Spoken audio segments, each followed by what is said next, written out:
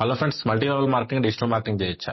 ఇలాంటివంటే నాకు బాగా interest. So చాలా మంది మల్టీ లెవెల్ మార్కెటింగ్ చేసే వాళ్ళు డిజిటల్ మార్కెటింగ్ చేసి లీడ్ జనరేషన్ చేసుకోవచ్చని ఎక్స్పెక్ట్ చేస్తూ ఉంటారు. ఇక్కడ మీకు బిగ్గెస్ట్ ఛాలెంజెస్ చెప్తాను మీకు. సార్ ఏంటి సార్ అది? నేను ఈ మధ్య కాలంలో ఒక బెస్ట్ అని చెప్పేసి, బిబో అని క్రిప్టో కరెన్సీ, కాన్పాసివ్ అని చెప్పేసి వీళ్ళంతా చాలా అగ్రెసివ్ మార్కెటింగ్ క్యాంపెయిన్స్ చేస్తున్నారు. సో వాళ్ళు ఎలా చేస్తున్నారంటే, మామూలుగా సోషల్ మీడియాలో ఇన్స్టాగ్రామ్ గానీ, యూట్యూబ్ గానీ, వాళ్ళు videos, long videos, short videos, so వాళ్ళ ప్రోడక్ట్ అప్డేట్స్ చెప్తా, లేదంటే సంథింగ్ వాట్ ఈస్ హ్యాపెనింగ్ అనేది అప్డేట్స్ చెప్తా మీరు రెగ్యులర్ గా చేస్తున్నాను, నేను అబ్జర్వ్ చేస్తున్నాను. ఫ్రెండ్స్, గుర్తుపెట్టుకోండి, మీరు మల్టీ లెవెల్ మార్కెటింగ్ చేయండి, కానీ మీ ప్రోడక్ట్ ఏంటనే చూసుకోండి. అంటే మీ ప్రోడక్ట్ రియల్ ప్రోడక్ట్ కాదా అది చూసుకోండి.